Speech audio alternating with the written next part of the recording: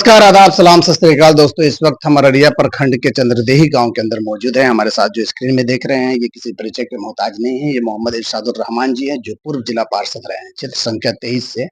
और इनसे जानने की कोशिश करेंगे इनकी कार्यकाल किस तरीके से रहे और अभी के जो कार्यकाल चल रहे हैं क्या क्या उसमें अंतर है, और आगामी विधानसभा को लेकर के भी हम चर्चा करेंगे कि क्या अगर इनको जिला पूर्व पार्षद तो रहे ही जिला पार्षद, और इससे अगर विधानसभा में भी अगर एंट्री होती है तो क्या ये करना चाहेंगे या नहीं। तमाम बातें करेंगे राजनीति से भी। सबसे पहले इरशादुर रहमान जी, आपका मेरे चैनल में स्वागत है। Thank you. इरशादुर रहमान जी, आपको राजनीति में आने की प्रेरणा कहाँ से मिली? हम अपने फादर से ही सीखे हैं राजनीति। ये गांव पॉलिटिकल गांव है। हमारे सबसे बड़ा दादा जो है अजीजुर रहमान, वो सीनेट के मेंबर हुआ करते थे अंग्रेज के जमाने में। उसके बाद मेरे अपने दादा 1932 से 1966 तक अररिया के एमएलए रहे, यानी विरासत में मिली है आपको। हाँ, उसके बाद हमारे बड़े चचा स्वर्गीय जमीलुर रहमान, वो 1972 से 1995 तक एमपी रहे। उसके बाद मेरे फादर जो है 1900 ये क्या कहते हैं 2080 से 90 तक जो है वो एमएलए और मिनिस्टर रहे अररिया से। अभी फिलहाल मेरे बड़े भाई अररिया से विधायक हैं 2 टर्म के, उबैदुर रहमान साहब। आबिदुर रहमान। सर, जिला पार्षद बनने तक का सफर आपका कैसा रहा? जिला पार्षद में हम लोग 2 ही 4 आदमी ऐसे थे जो दबंग थे। हम लोग अध्यक्ष से काम छीन के लेते थे, और हम में सबसे बड़ी खूबी कहिए खराबी कहिए, हम कभी अपने हाथ से कोई काम नहीं किया। हम लोग के वर्कर हुआ करते थे या ठेकेदार द्वारा काम को हमने कराया अपने हाथ से। आजकल के दौर में जो पार्षद है वही ठेकेदार भी हैं आज के दौर में। आपके कार्यकाल के दौरान सबसे बड़ी चुनौती आपके लिए क्या थी? मेरे लिए सबसे बड़ी चुनौती थी फ्लड, बाढ़।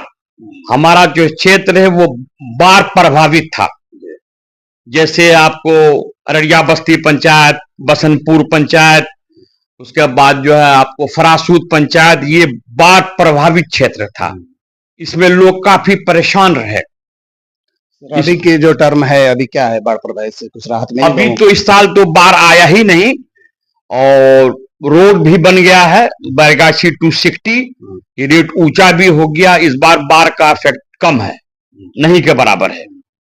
क्षेत्र संख्या 23 में आपके कार्यकाल की सबसे बड़ी उपलब्धि आप किसे मानते हैं? क्या मेरी सबसे बड़ी उपलब्धि है, हमने कई रोड बनवाया, आरओ से कई रोड बनवाया। मेरा सबसे बड़ा काम था टाउन से पंचायत को जोड़ना, टाउन से हेडक्वार्टर से पंचायत को जोड़ना। इस योजना में कई काम हमने किया, रोड पुल पुलिया का। जब तक टाउन से अगर रोड को कनेक्शन नहीं मिलेगी तो ग्रामीणों का हाँ, जब तक जो है टाउन से कनेक्शन नहीं होगा तो बाजार जाना, कोर्ट कचहरी जाना, ये बहुत मुश्किल है। शिक्षा और स्वास्थ्य सुविधाओं को लेकर के आपने क्या कदम उठाए थे आपके पास? शिक्षा के टाइम में उसमें ये था कि सरकार का जो भी प्रोग्राम होता है वो सब टीचर ही लोग करे। जैसे अभी बीएलओ बना दिया है टीचर को। पढ़ाई में बच्चों की कितनी परेशानी हो रही है, बच्चा क्लास नहीं कर पा रहा है। जहां 10 टीचर है वहां 2 टीचर 3, सबको बीएलओ में डाल दिया है। अदर काम भी उसी से दिया जाता है। अदर काम चाहे वोटर लिस्ट, हाँ, सारा सर्वेक्षण वगैरह सब टीचर ही लोगों से करा रहा है। उसके हमें सरकार से हमारा अनुरोध है कि उसके लिए अलग से एक डिपार्टमेंट बना के सर्वे का काम अलग उससे कराया जाए, टीचर को इन्वॉल्व नहीं किया जाए। बिल्कुल, टीचर को सिर्फ शिक्षा के लिए ही रखा जाए ताकि शिक्षा के महत्व को समझा जाए। शायद यही वजह है शिक्षा का स्तर भी कहीं ना कहीं नीचे दर्जे पे जा रहा है डे बाय डे। जी। सड़क और बिजली जैसी जो आधारभूत सुविधाओं में सुधार के लिए आपने क्या कदम उठाए? बिजली का पोजीशन इतना ही खराब था उस जमाने में कि अगर एक फ्यूज उड़ जाता था तो वो 3 दिन तक फ्यूज नहीं लगता था। स्कूटी से शुरू करते थे, जेई तक फोन करने पे 2 दिन के बाद फ्यूज लगता था। बहुत बदतर हालत था। सर, आपका जो कार्यकाल रहा है और अभी के जो कार्यकाल आप देख रहे हैं, क्या अंतर कुछ महसूस हो रहा है? कुछ बदलाव है या फिर किस तरीके से? अभी बदलाव यह है कि बिजली में, रोड में सुधार है, लेकिन अफसरशाही बहुत ज्यादा। ब्लॉक में कोई काम कराने जाइए, बिना पैसे से कोई काम नहीं।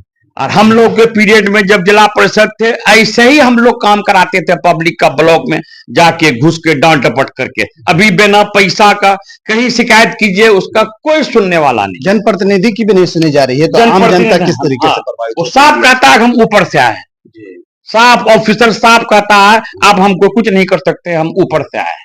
क्या लग रहा है सुशासन बाबू की जो सरकार है सिर्फ बोलने में ही है, अफसरशाही चरम सीमा पे है, भ्रष्टाचार की भी कोई सीमा नहीं है, हर आदमी त्रस्त है। एक आधार कार्ड की बात करूं या एक राशन कार्ड की मैं बात करूं, वृद्धा पेंशन की बात करूं, उसमें भी लोगों को कहीं ना कहीं उनको समस्याएं हो रही है और उनसे प्रताड़ित किया जा रहा है, उनके उनके नाम पर पैसे दिए जा रहे हैं। क्या देखते हैं आप? अभी 2-4 दिन पहले हम ब्लॉक गए थे, इस कदर घूसखोरी, एक कलर का बिल्डिंग देखिएगा तो दिमाग खराब हो जाएगा। वैसा बिल्डिंग हम लोग बिजनेस या जमींदार हैं, वैसा मकान हम लोग को नहीं होगा जितना कर्मचारी और पदाधिकारी का मकान है। बिना पैसा का कोई काम नहीं हो पा रहा है। आंगनबाड़ी में जो ईमानदार भी सहायक है उसको भी पैसा देना पड़ रहा है। जो जो चोरी करते हैं तो वो देते हैं, जो ईमानदार है उनको भी मंथली देना पड़ता है। जी बिल्कुल। क्या आपको सर लगता है कि जितने भी कर्मचारी हैं ब्लॉक स्तर से, चाहे जितने भी, अगर इन पर वाकई सही से जांच की जाए तो आय से अधिक संपत्ति में इनके ऊपर कार्रवाई हो सकती है? 95% लोग फंसेंगे। एक बिल्डिंग उन लोगों का दिखेगा, करोड़ करोड़ का बिल्डिंग होगा, चाहे पदाधिकारी हो या कर्मचारी। क्या वजह है कि सरकारें लगाम नहीं लगा पा रही है? आपके पास कोई सुझाव या आप इस पर कुछ चर्चा कर सकते हैं? देखिए, सबसे बड़ी बात है यहाँ बैकवर्ड फॉरवर्ड।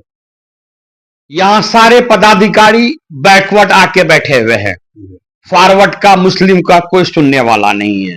उस बैकवर्ड का भी बिना पैसे का कोई काम नहीं होता है। एक के बाद कहना है कि हम ऊपर से आए, पैसा देकर आए हैं तो हम लूटेंगे। कहने का मतलब वही हुआ कि हम पैसा दे के आए हैं, लूट के जाएंगे। पूरा तंत्र ही पूरा भ्रष्ट बना हुआ है, किसी की कहीं सुनवाई नहीं है, सब एक दूसरे के सपोर्ट करते हुए नजर आ रहे हैं। पूरा तंत्र ही भ्रष्टाचार में लिपटे हुए। सर, पूर्व जिला पार्षद आप रहे हैं, काफी अनुभवी रहे हैं और विरासत में आपको राजनीति भी मिली है। अभी वर्तमान जो आगामी चुनाव को लेकर के आपकी क्या प्रतिक्रिया है? किस तरीके से देखते हैं इस बार जो है, क्या लहर है कुछ ऐसा? ये जो क्षेत्र है ये ईबीसी क्षेत्र है, जिसमें हम जो जिस जाति से बिलोंग करते हैं वो जात है कुल्हैया।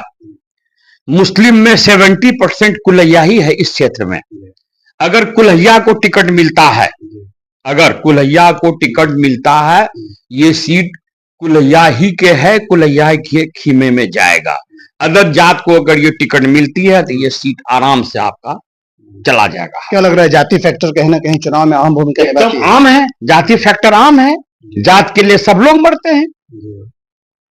प्रशांत किशोर जी जो है जन स्वराज के जो सूत्रधार हैं, वो हमेशा अपील करते हैं अपने मन से कि आप जात पात से ऊपर उठ करके वोट कीजिए, ताकि तब आपके क्षेत्र का विकास होगा। आप इसको किस तरीके से देखते हैं? ये उनका गलत सोचना है। जात तो वो भी हैं, वो भी तो फॉरवर्ड है। उल्ले देके सिर्फ जो है मुसलमानों में अटैक कर रहे हैं, ज्यादातर मुस्लिम में ही अटैक कर रहे हैं। वो फॉरवर्ड में क्यों नहीं अटैक कर रहे हैं? दलित और मुस्लिम ज्यादातर उनके खेमे में है। खेमे में किसको वोट को काटे और बीजेपी को फायदा पहुंचावे। लेकिन उनकी जो बात कही हुई, जो बात जो मंच से बोलते हैं कि अब बिहार का बेटा पंजाब नहीं जाएगा, गुजरात नहीं जाएगा, कहीं ना कहीं लोगों के अंदर असर डाल रहा है। आपको क्या लग रहा है? कहनी और करनी में बहुत का अंतर होता है। इस बार क्या बिहार बदलाव के मूड में है या फिर क्या? अगर टिकट का चयन ये लोग ठीक से करेंगे, चाहे आरजेडी खेमे के हो, कांग्रेस के खेमे के लोग हैं, ये लोग अगर टिकट ठीक से वितरण करेंगे सर्वे के आधार पे, हाँ सर्वे के आधार पे अगर जो है टिकट का वितरण करेंगे, इंशाअल्लाह यहाँ जो है कांग्रेस आरजेडी का गवर्नमेंट बनेगी, सरकार बनेगी। क्या मैनिफेस्टो में जो 200 यूनिट बिजली फ्री और माई बहन मान योजना जो 2500 महिलाओं के लिए कहीं ना कहीं आकर्षित कर रही है? क्या ये चीजें आकर्षित तो इतना कर रही है कि जैसे हमारी पार्टी ने 200 यूनिट घोषणा किया तो नीतीश कुमार ने 225 कर दिया। क्या उसका इससे पब्लिक को फायदा हो रहा है? अरे कोई 200 कर रहा है। नीतीश कुमार जी पहले बोल रहे थे कि बिजली फ्री देना संभव नहीं। आज नीतीश कुमार बोले कि बिजली फ्री देना संभव नहीं, आज वो 225 यूनिट फ्री कर दिए। ये तो इलेक्शन का एजेंडा है उन लोगों का। कहीं डर का माहौल है, डर का माहौल है। चलिए, आप अपनी क्षेत्र की जनता से मैं चाहूंगा कि आप क्या अपील करना चाहेंगे? किस तरीके से आगामी विधानसभा को लेकर के एक कैंडिडेट में क्या देखनी चाहिए? सेवा का भावना हो या फिर किस तरीके? तो हमारा आम जनता से एक ही रिक्वेस्ट है, आग्रह है, अपील है कि अच्छे लोगों को चुनिए, अच्छे लोगों को वोट दीजिए, जो आपके लिए सोचे, अपने लिए कम सोचे, अपने आपके लिए ज्यादा सोचे। यही हमारी अपील है। हमारे साथ इरशादुर रहमान जी, बिल्कुल साफ कहा। वाकई ऐसे लोगों को ही हम चुन कर लाएं और अपने अपने वोट का सौदा ना करें, नहीं तो फिर आप सवाल पूछने के लायक नहीं बच जाते हैं। और अपने कैंडिडेट के अंदर सेवा और त्याग की भावना हो तो आप जरूर वोट करें। धन्यवाद।